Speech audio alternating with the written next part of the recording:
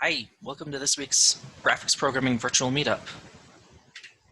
We follow the Berlin Code of Conduct. We have a Discord you can join, a Twitter you can follow where we announce our meetings, as well as a YouTube channel where we post the recorded parts of the meeting, which is the presentations. So this week we're exploring bindless rendering and how it looks in DirectX, Vulkan, and DirectX 12, Vulkan, and OpenGL. So here's a bunch of the links I used for my Vulkan information. Some of these also have description about DX12, but the DX12 links are separate because they are different. Things like this one describes both, how you do it in both APIs, but it uses HLSL and mainly focuses on DirectX 12, similar for Wicked Engine. So in a lot of these two cases, the DX12 and the Vulkan links talk about similar things, but specific to the API.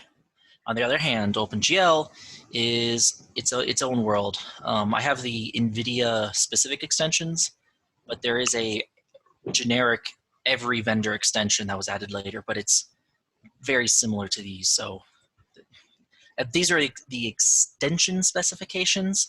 So they aren't going to be like how to use it nice and easy to follow tutorial. They're going to be, this is what the spec says. So before talking about specifics, let's go about what bindless is in the first place. Before we can do that, we need to talk about what the previous style of rendering was, which I'm calling bindfull, but it's probably more well known as slot-based rendering. Regardless, before you make a draw call, you have to set all of the resources a shader needs, whether that's the textures, the material values, the matrices, the projection, the view, the model, the camera, and any other sorts of data. And normally there would be slots that you put these in so that you'd have a texture in slot 0, or you'd have a couple of slots for textures, for uniform buffers, for matrices, and it depended on the API, but essentially, every time you did a draw call, you'd always have to bind the things needed for the draw call first. And you couldn't put it somewhere else because if you did, there might be another draw call which does something else, and so that has to have its own set of bound things. What it effectively meant was that you had to manage a bundle of resources alongside your object, and that you bound those every time you needed it. So in a typical bindfull rendering loop, which this is modified from the NVIDIA Vulkan shader resource binding, because this is what you'd want to do. You'd bind all your view resources, because your view resources, if you have different cameras in the scene, you want to bind all of the camera matrices first, as well as maybe shadow maps and lighting information. Then for each material shader, you'd bind the shader and the pipeline, or pipeline in the context of OpenGL would mean bind all the pipeline state that you can, the depth state, the blend, the rasterizer mode, all of those things. And then for each material, which is distinct from the shader, you have to bind the material resources, which implies the actual textures to be used and the values to be used in those textures. And then for every object using that material in that shader, you draw the object after binding the object resources, like the transformations, if you have instancing, if you have skinned mesh, you'd have a whole bunch of that. And so you can see here you have you have a quadruple nested for loop, but this was required because the view, the shader, and the material were updated less frequently than the object one. So you didn't want to trample over previously bound things, because binding is expensive. Because binding requires the GPU to hook up the data that you want to access to the shaders that want to access it. And you have to do that before every draw call. So a quick side note, this for loop is very indicative of a frequency-based binding model, which is kind of just a reformulation of the slot-based one to remove the slots, but still have explicit binding before every draw call. Older APIs older hardware had literal hardware limits to the number of textures, shader inputs, and all sorts of things. As hardware has gotten more advanced and as well as more generic, the slot numbers have gotten larger. So the slots really are just a API style in a DirectX 11 application rather than a hard silicon requirement. Frequency-based resource binding groups up all of the bindings that share a similar update frequency, say your views, your shader materials, your actual material instances, your object models. Those things update at different times, and so you update them all together at the same time. Vulkan and DirectX 12 support this out of the box. In fact, Vulkan is explicitly like that more than anything.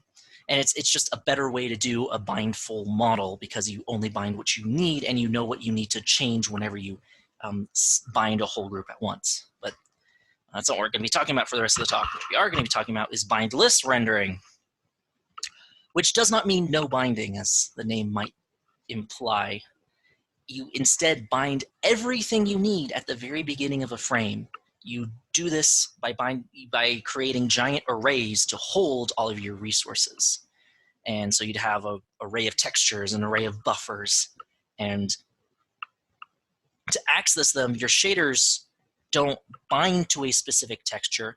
All that they have is a integer index into that already bound array, which is very awesome because you don't have to bind the textures. You just have to tell the shader, use this texture. And it has a lot of other benefits, as we'll see. So a bindless loop will look differently where we have this, where we have to update the descriptor arrays ahead of time. So this is going to be where you're actually changing the information in your descriptor arrays.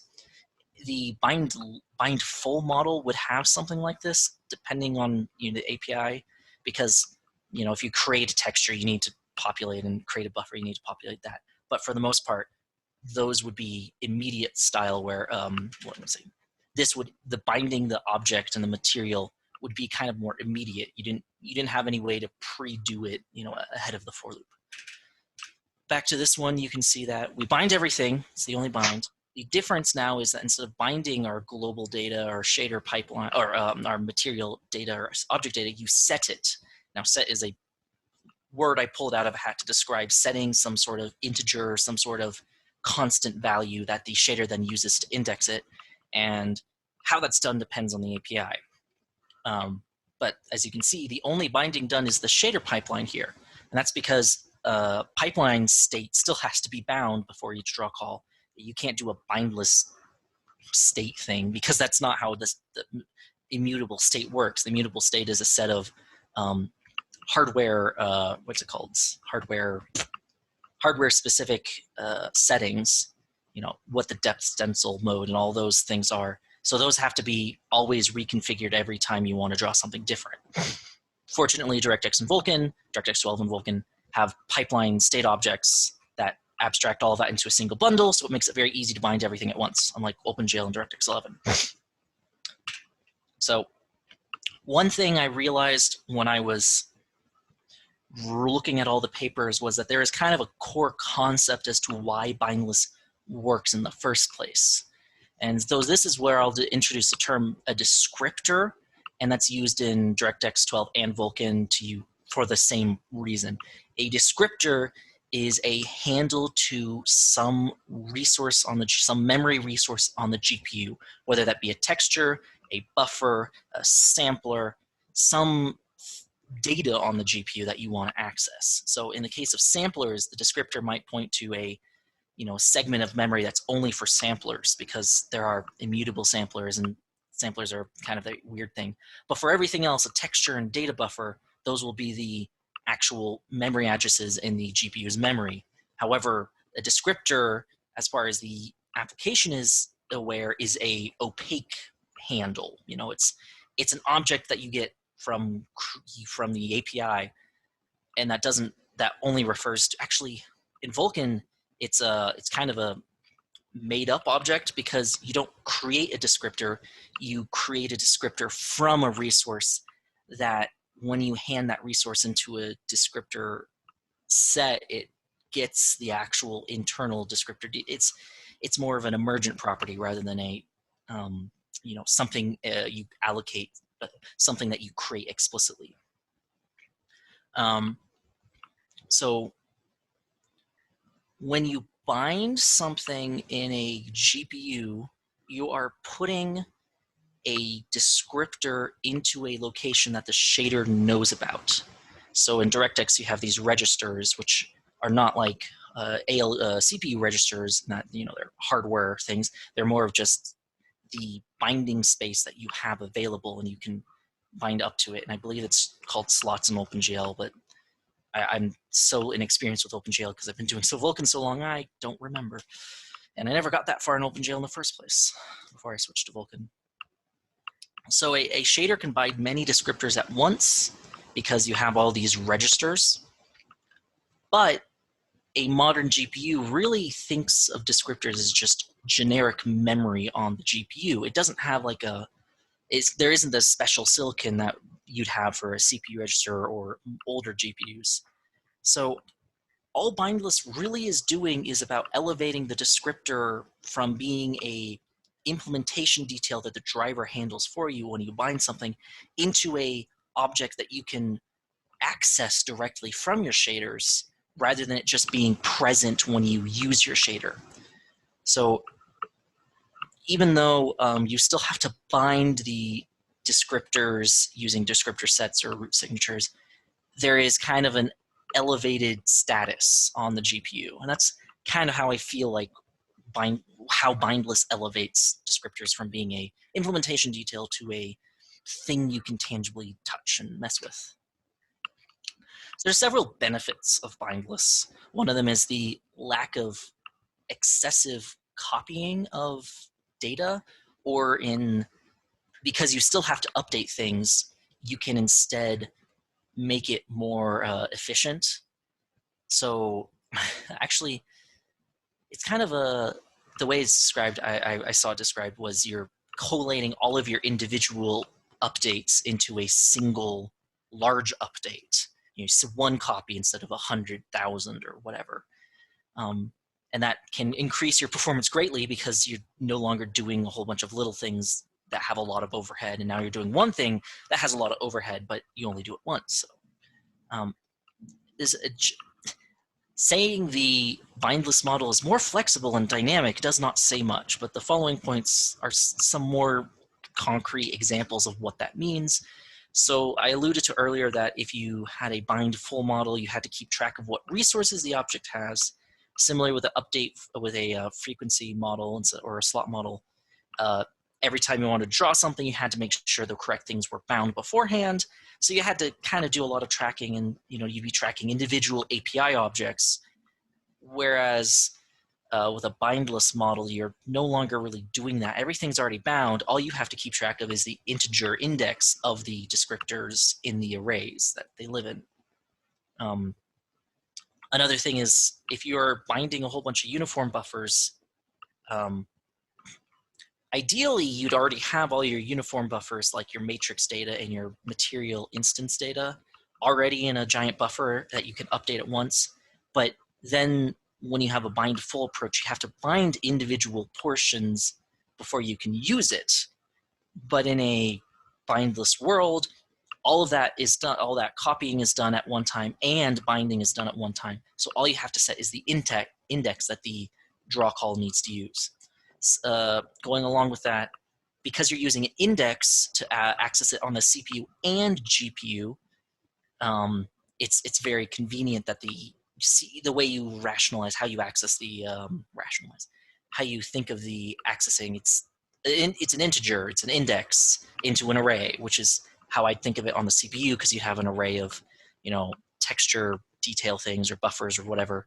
Because in CPU land, you generally have vectors and lists of things to access rather than a opaque binding manager thingy that sits between you and the actual data.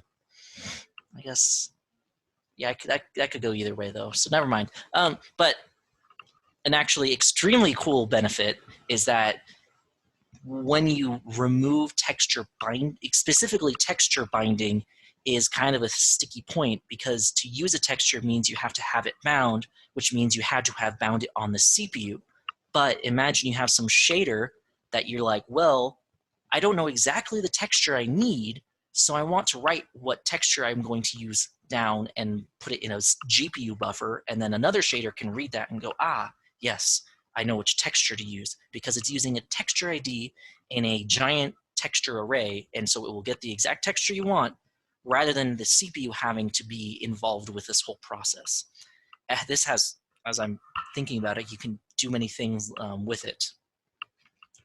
I think my next slide has a couple of examples of that. Yeah, I do. So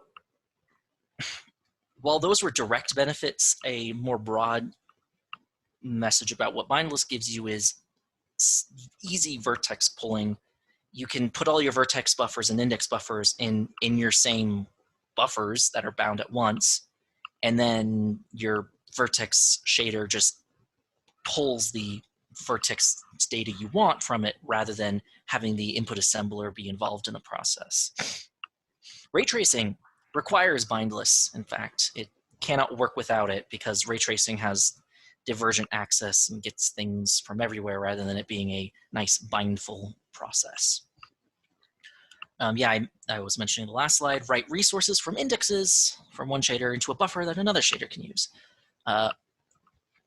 That's a generic way of saying your GPU you can compute stuff on the GPU, store it on the GPU, and use it on the GPU without the CPU's intervention, which is one way to think about GPU-driven rendering, which I have down here at the bottom. So, but a G buffer, you can store, a classic G buffer stores the depth, the normal, all sorts of information, but it also would include the diffuse value, the specular, well, or albedo and metallic, material values, like the actual colors used. But a bindless G buffer could have the depth, the normal, and the material ID, so that when you go to shade your stuff later, you don't have to store the material values in a giant texture, which is duplicating data on the GPU. You can just access it when you need it, when you're doing the final shading, after you've collected the lighting information you need. One practical use case that I have yet to implement, but I dreamt up 4 years ago and then found out other people were already doing it, was a terrain splat map using material IDs rather than direct textures. So a splat map generally has 4 color channels, and each color channel is the strength of a texture to use on the terrain. If you have another texture that contains IDs, you can then have the terrain go, I need this texture and that texture at a 50-50 split, and it's this ID 44 and this ID 28, so I'm going to go get those textures and then sample from them and get my final color at that pixel on the terrain. Whereas before, you'd have to you could only access 4 textures at a time per splat map, because there was no way to hook up more than 1 texture per color channel. And it's really, really nice. So there's a whole bunch of reasons Bindless is awesome, but it's not perfect. Bindless is new. It requires hardware. It's guaranteed to have support for it on like desktop hardware from 2015 and onwards.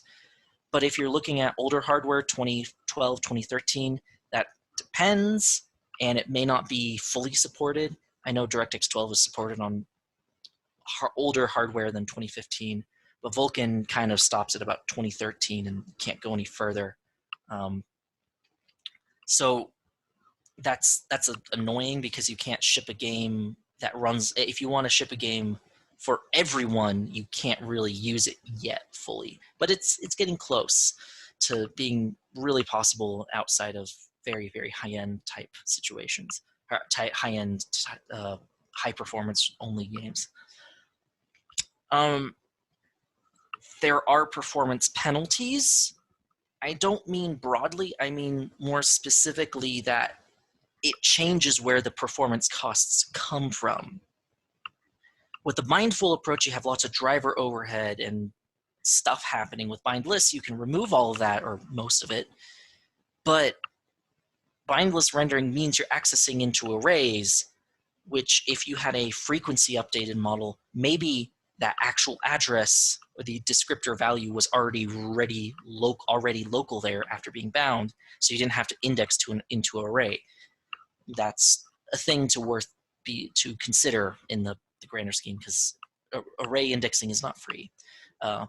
And if you're actually developing an application using bindless, you'll very quickly come across that with great power, you become a lot of responsibility to make sure you're actually indexing valid array values.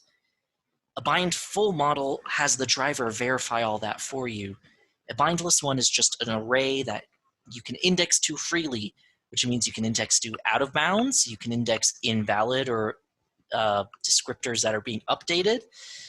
You can do a whole lot of things wrong, and it's somewhat hard to debug it because it's not as well supported. Similarly, validation is not free, and it's costly, and because the validation has to run on the GPU, because the GPU has to know what things are valid. It can't do it ahead of time. At draw call time, it has to do it on the GPU at execution time, because your shaders might index into a random array value rather than it being a statically known, okay, this shader is using this value. So to get into some specifics about hardware and API features that define what what bindless rendering needs, there's different kinds of array indexing. You have unbounded arrays, and there's the updating synchronization. So you can have descriptor arrays, and you have been able to have them for quite a while in OpenGL and DirectX 11. However, the value in the index in the array had to have been set at compile time of the shader. You can think of it as a static value in the shader, but that value might be set before you compile it, rather than at the compiling of your host application. No, it's compiling of the shader. But it's you set it once, and for the duration of that shader, it's the same value. The other thing is that it's the next slide. It's the slide. Every invocation of your shader, which every pixel, every vertex that is being processed with the same shader, had to use the exact same element. So you couldn't have 2 pixels or 2 vertices try to sample from different array elements. And you can think of it like the binding model, where you bind something specifically and only that thing in that slot is going to be used. There's no dynamicism at all. Non-uniform indexing lifts that completely and allows both invocations to sample different elements in an array, and that the values that are going to be indexed is set dynamically. So there's a concept of dynamically uniform indexing, which is very confusing with uniform indexing and non-uniform, because I can't keep all 3 words straight in my head. Dynamically uniform simply means that the value to be indexed, or the index value is set before you run the shader, but it can't change during the execution of that shader. So all the invocations will still go to the same thing, but it means it's a limited form of bindless. And in fact, you can actually do quite a bit with a dynamically uniform indexing. Say you could already do this, where if you wanted, you could have a single giant texture array, and each material just samples into that, but all of your pixels had to sample the same textures. But if you can set it at runtime, it's not that big of a deal, but it's still not the true bindless that I really like about bindless. Non-uniform means both setting the indexes at runtime to sample from, and that the invocations can use different samples.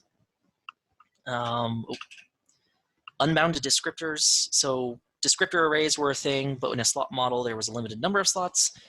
unbounded descriptor arrays are just a natural evolution of having generic memory handling on GPUs, because an unbounded descriptor array is saying there is no limit to the number of arrays or descriptors in an array. There's obviously, it can't literally be infinite, but millions of descriptors might live in one array, and that one table might be bound at one time, and everything that uses that table can index any of the elements they want at any time. This is it's a new thing in DirectX 12 and Vulkan, and there's different syntax for them in the different APIs, but for the most part, it's similar concepts in both. Then we have your updating of the descriptors.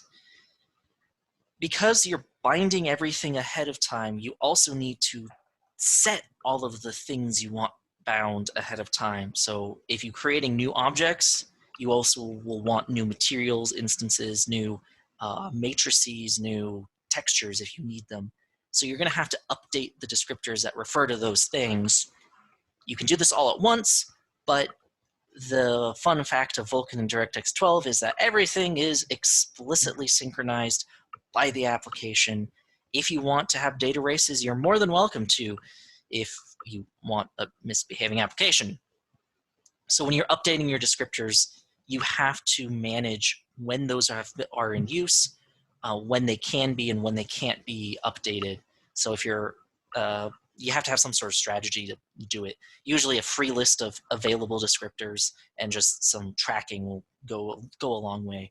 I imagine you could do double buffering, but that seems not necessary because a descriptor may not change very often.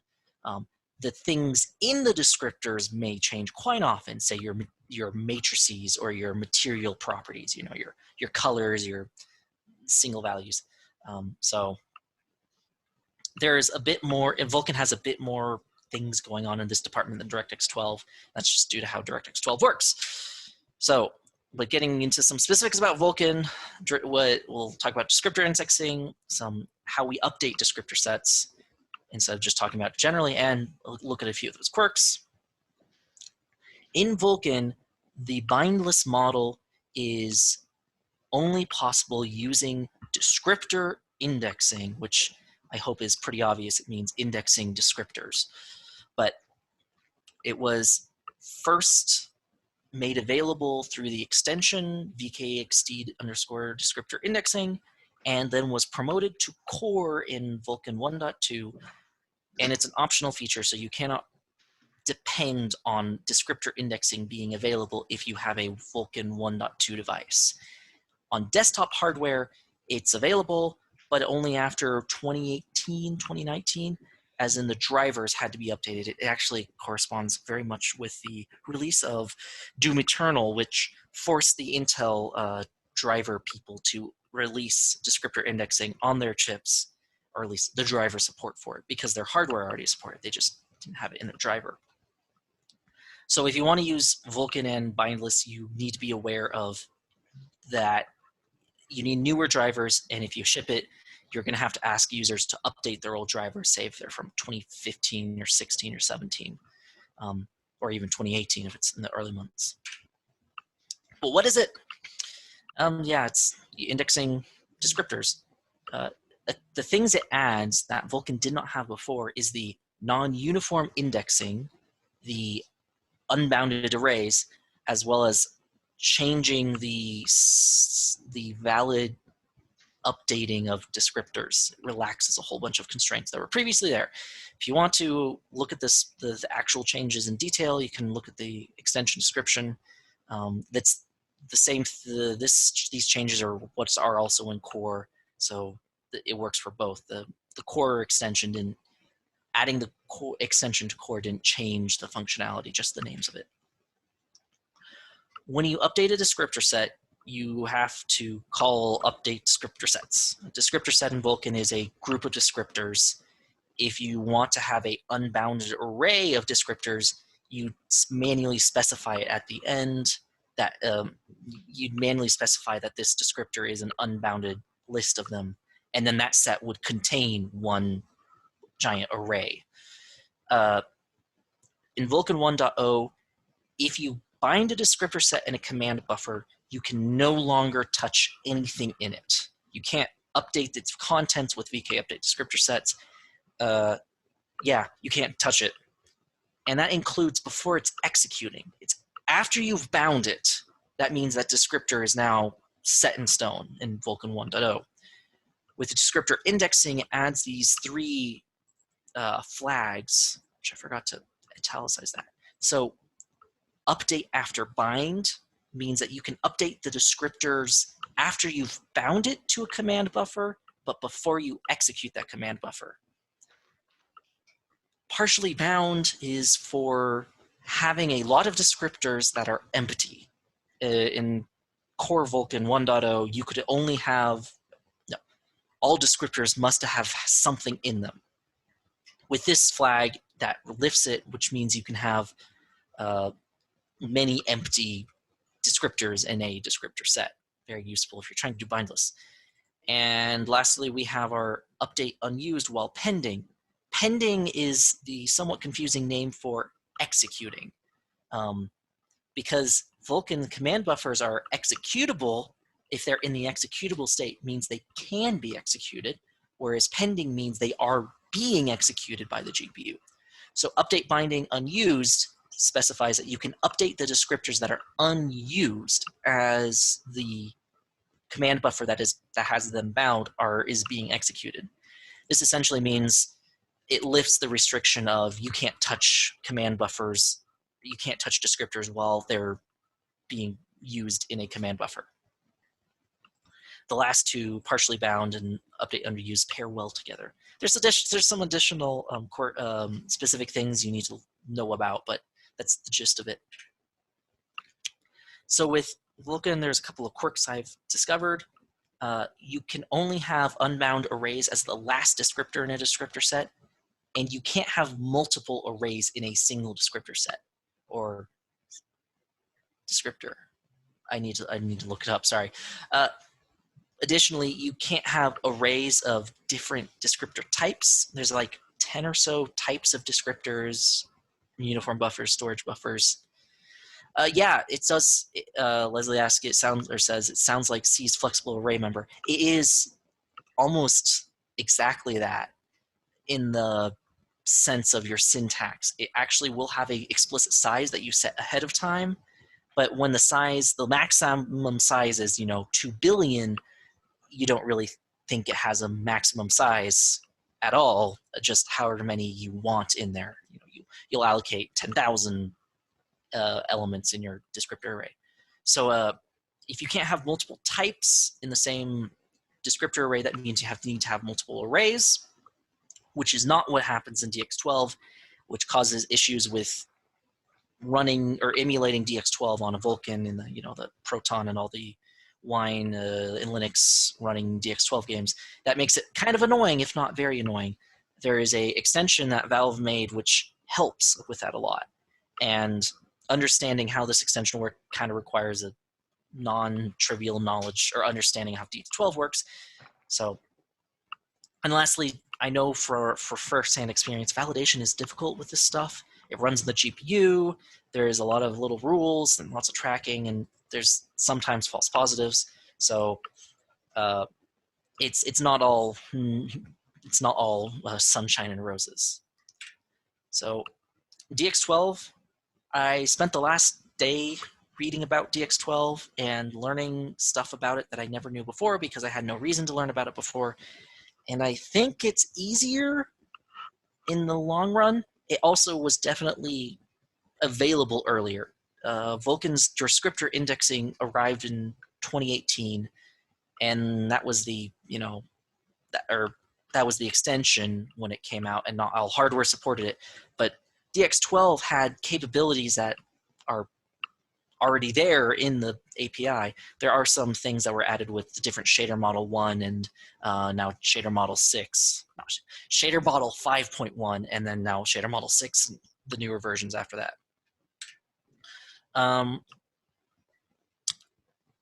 A lot of the differences with respect to bindless in Vulkan and DirectX 12 come down to the different binding model that DirectX 12 uses.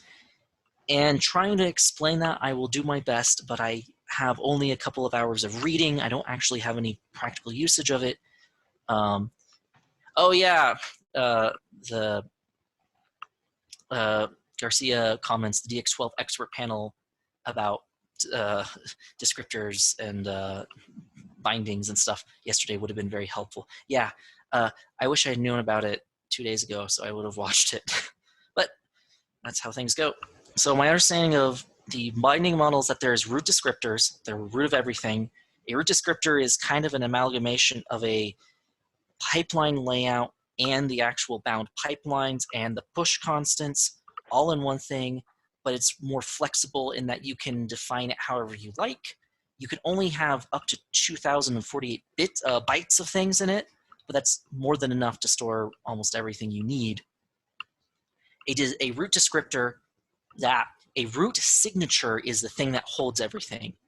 A root signature can hold a combination of constants, root descriptors, which is very confusing, and descriptor tables.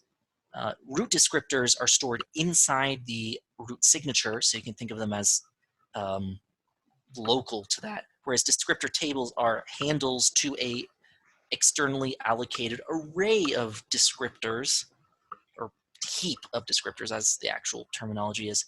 It's both the pointer and the count, so how many, or where the array starts in the heap and how many there are.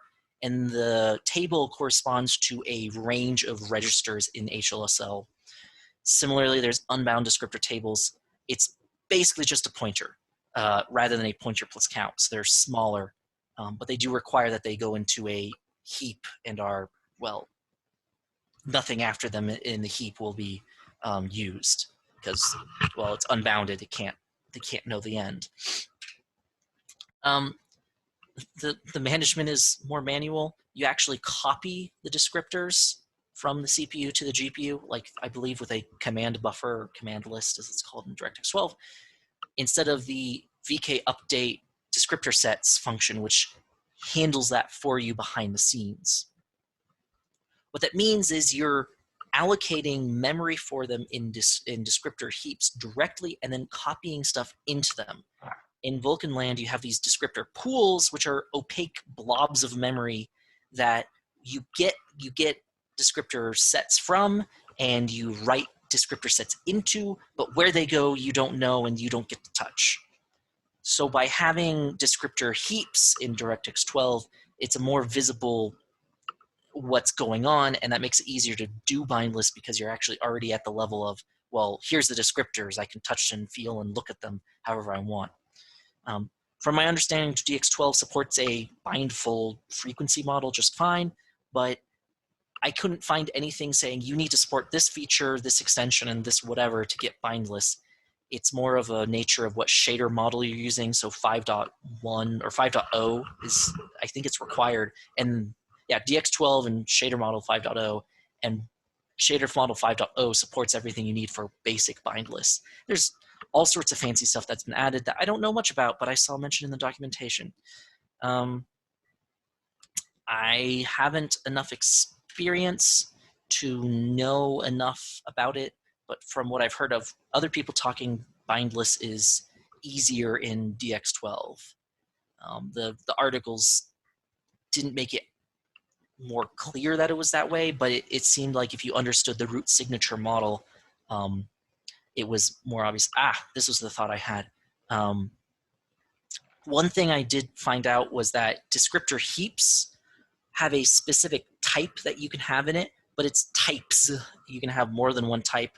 You can have buffers in one. You can have textures and samplers in another. And I think that's the only limitation. So you'll always have at least, so you only need at most 2 descriptor heaps to store all your descriptors. There's mutable samplers, but you can research them on your own time. So that means you only need 2 tables, descriptor tables, to reference all of the different descriptor types you want.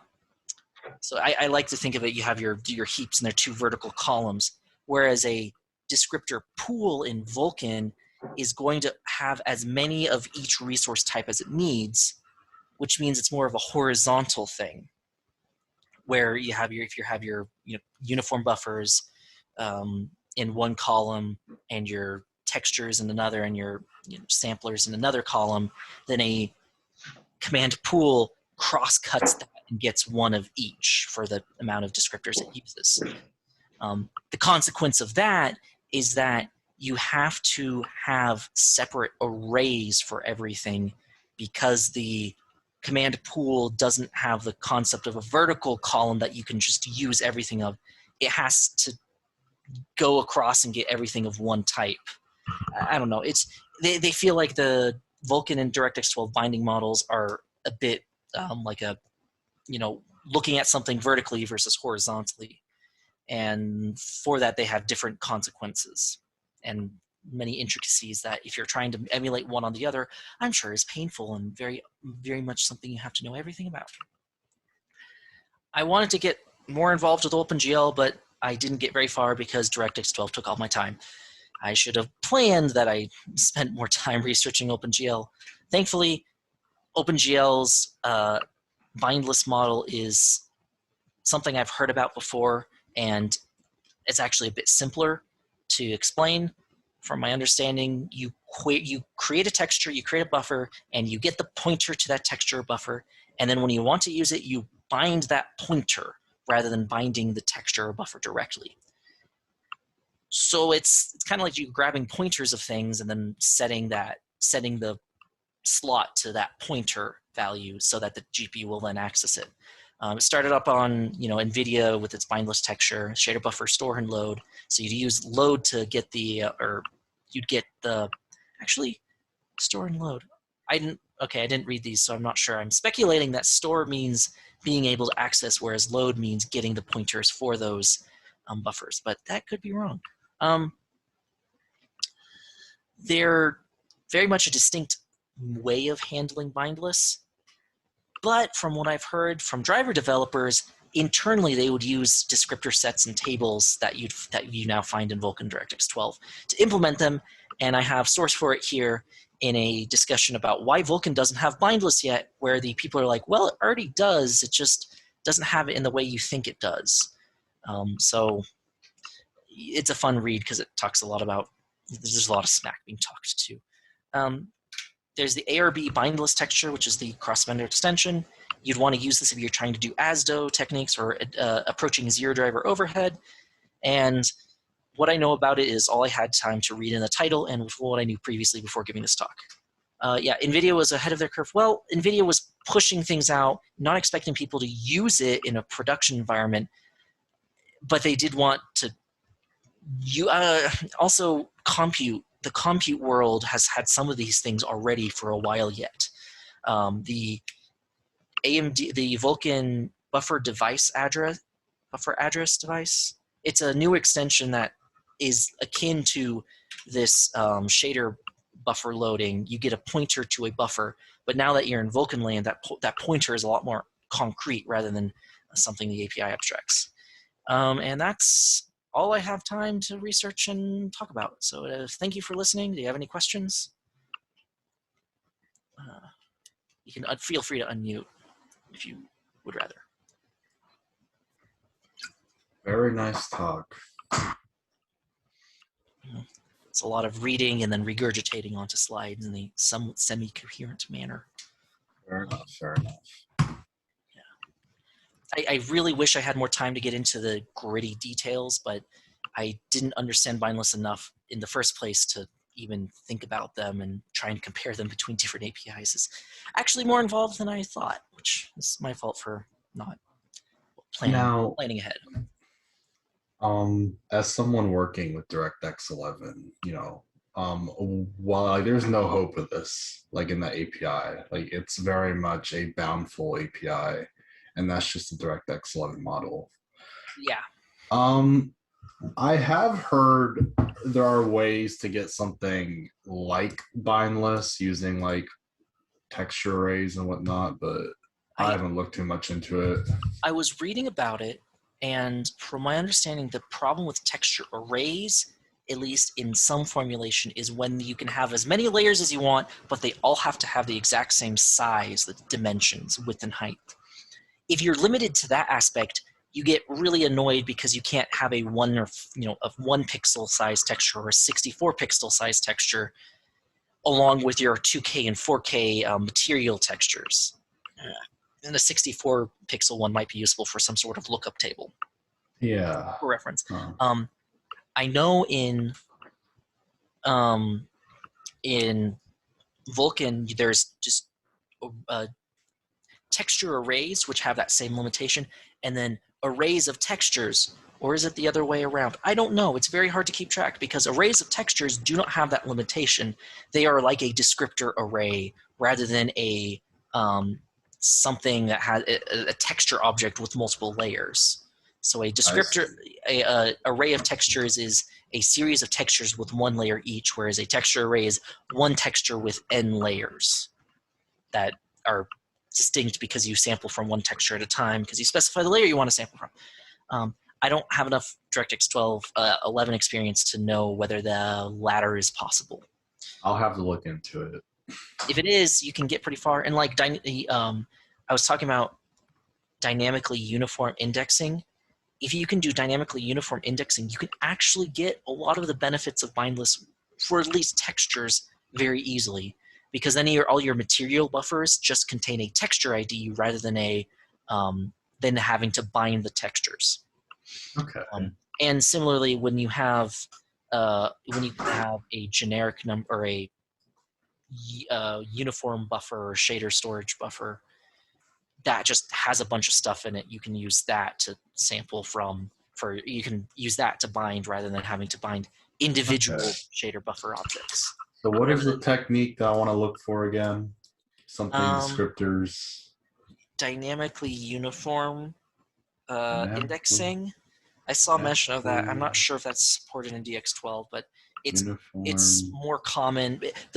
The reason it was supported is because it's just a dynamic parameter into the shader whenever you bind the shader, instead of a hard-coded one that's in the binary. It's now set at runtime, but that index must be used. The same index must be used across all your invocations, so you can't have divergence, which is also slow. Oh yeah, that's another performance thing. If you have a bunch of random texture lookups to every other place, you might actually have a lot of cache issues where you're trying to load too much data at once, and it's all incoherent, so all your warps don't cohere and run quickly. So that's a thing to consider. Well, here we go. Yeah, it turns out that shader model 5. Oh no, it's DirectX 12. Never mind. Yeah. Yeah, from my understanding, 5.0 is DirectX 12, and there's been several revisions already, which add even more fun stuff. Well, the thing is that it's like 5.0 was 11, and then the first iteration of 12 came out. Right. And 11.4 and DirectX 12.0, I guess, share 5.1. Sounds like shader model 6.0 had showed up later on. I think they're up to 6.6, which I'm like, what do they do? Those 5 revisions, I don't know. They're relatively minor between each other. I figured if they're already at 6. It's only been a couple of years. Well, you have to keep in mind that DirectX 12, actually, I think it came out 2014 or 2015, so they've had time. DX12, let's look at the Wikipedia page, not the NVIDIA page. Remember when the Xbox One dropped and all the Xbox fanboys are like, hey, like DirectX 12 is going to save our console. It did not save their console. Because the Xbox already had similar APIs. Yeah, like I'm sure DirectX 11 on the Xbox One had a bunch of low-level stuff that's just not on the desktop version. Well, it wasn't DirectX 11 is what it was in a nutshell. Released July 29th, 2015. Okay. And Vulkan was released February 19th, 2016. I know this because I looked this up just less than an hour ago. Otherwise, I wouldn't remember the date. I just know it was released in early 2016. Okay. announced in 2014 and then released in 2015, whereas Vulkan was announced in 2015 and released in 2016. So it's about a year later, I'd say.